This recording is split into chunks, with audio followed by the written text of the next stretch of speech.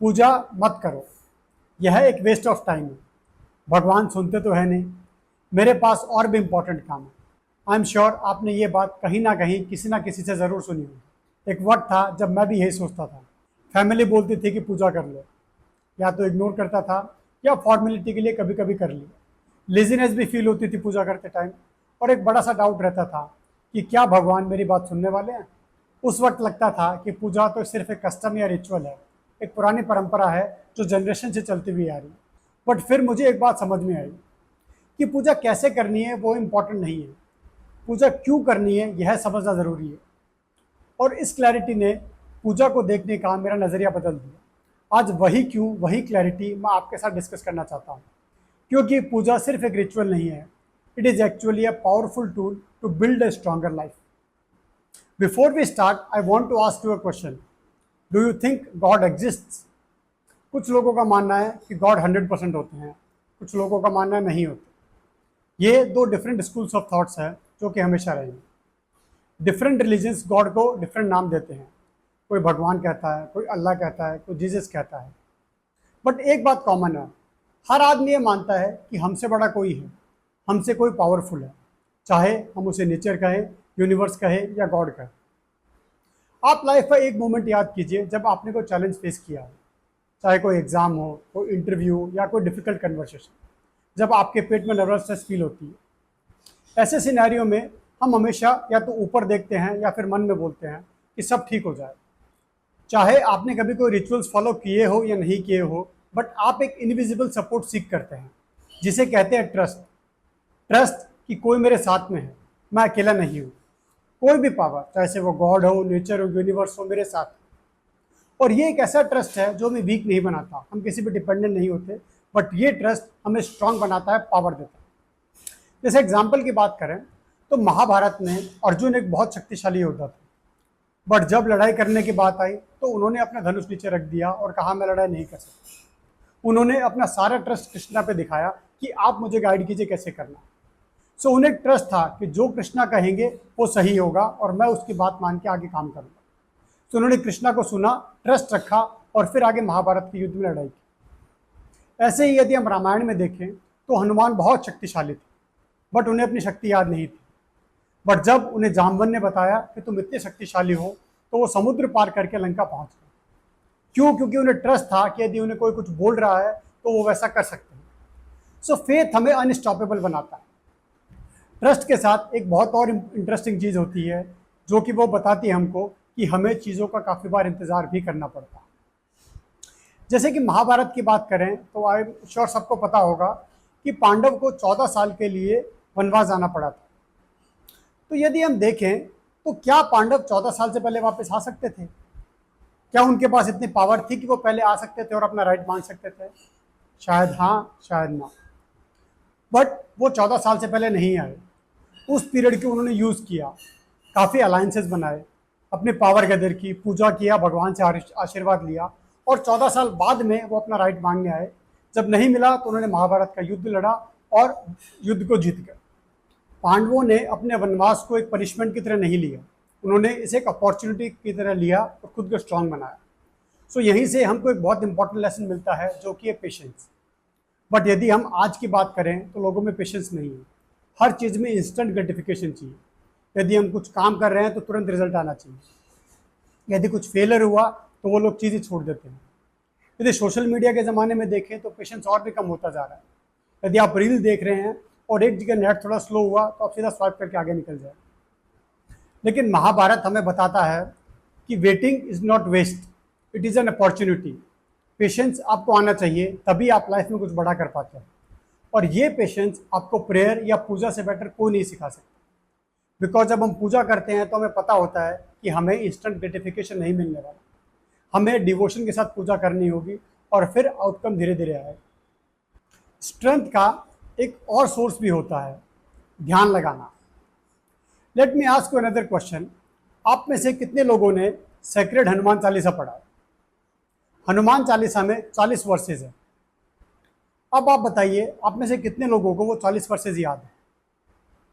I am sure काफ़ी लोगों को याद नहीं होंगे, अनलेस आप उसे रोज़ पढ़ते हैं या काफ़ी फ्रिक्वेंटली पढ़ते हैं। हम काफ़ी सुनते हैं कि लोग बोलते हैं कि मैं रोज़ 11, 21, 51 या 108 हनुमान चालीसा करूंगा ताकि मेरे लाइफ में कोई प्रॉब्लम्स नहीं है या फिर मुझे भगवान की ब्लेसिंग्स मिले। लोग शुरू करते हैं, रोज़ पढ़ना शुरू करते हैं, बट होता क्या है, आप हनुमान चालीसा पढ़ रहे हैं बट आपका दिमाग वहाँ नहीं है। आप ऑफिस के बारे में सोचेंगे, रात को खाना क्या खाना है, कल मैंने क्रिकेट कैसा खेला था, आपका दिमाग पूरा उधर ही घूमता रहेगा। सो आपने नंबर ऑफ राउंड्स तो कंप्लीट कर लिए बट आपने फोकस नहीं किया। सो अब एक सिंपल एक्सपेरिमेंट कीजिए। अगली बार जब आप हनुमान चालीसा पढ़े तो आप धीरे धीरे पढ़िए हर वर्ड को। आपको वर्ड्स का मीनिंग पता हो नहीं पता हो बहुत इंपॉर्टेंट नहीं है।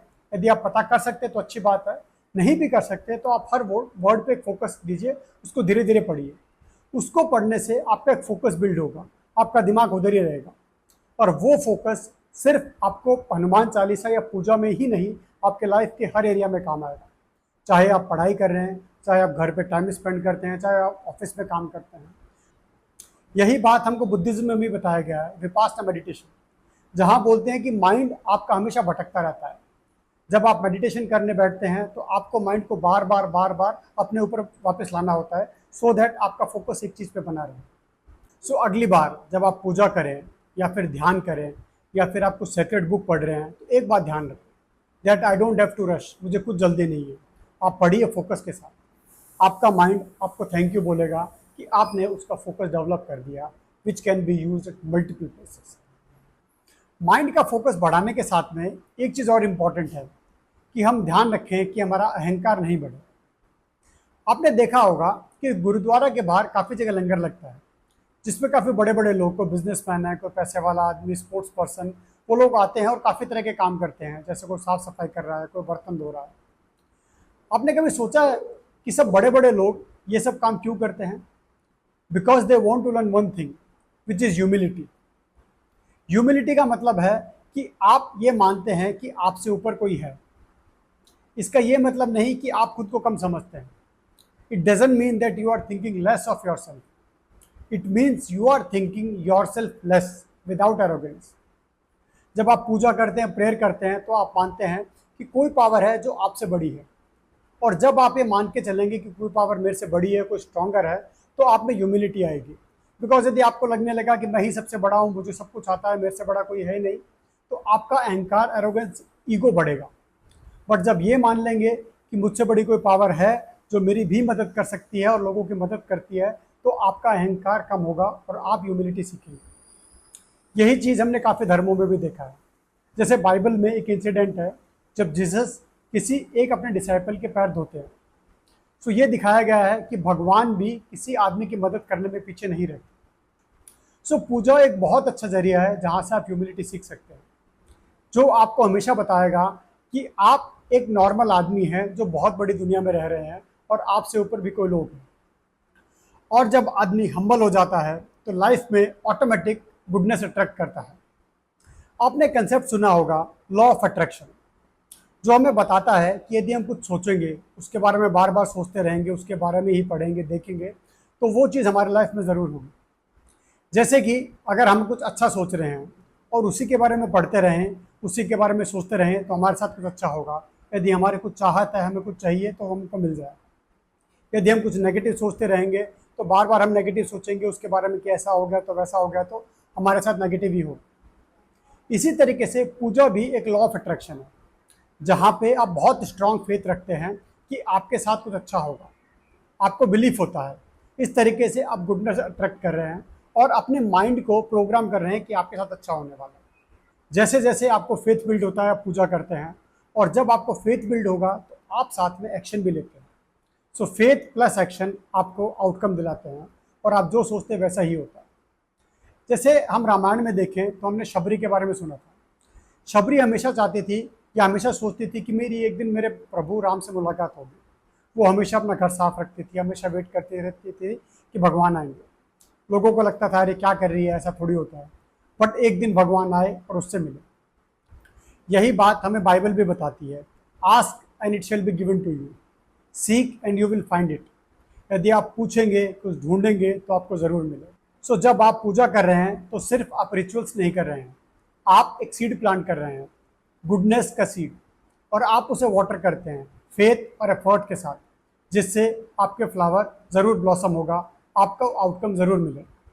अब आप सोचिए, अगर पूजा सिर्फ एक रिचुअल होता तो इसे हिस्ट्री में इतने लोग, स्क्रिप्चर्स या रिलीजन्स इतना एम्फेसिस क्यों करते?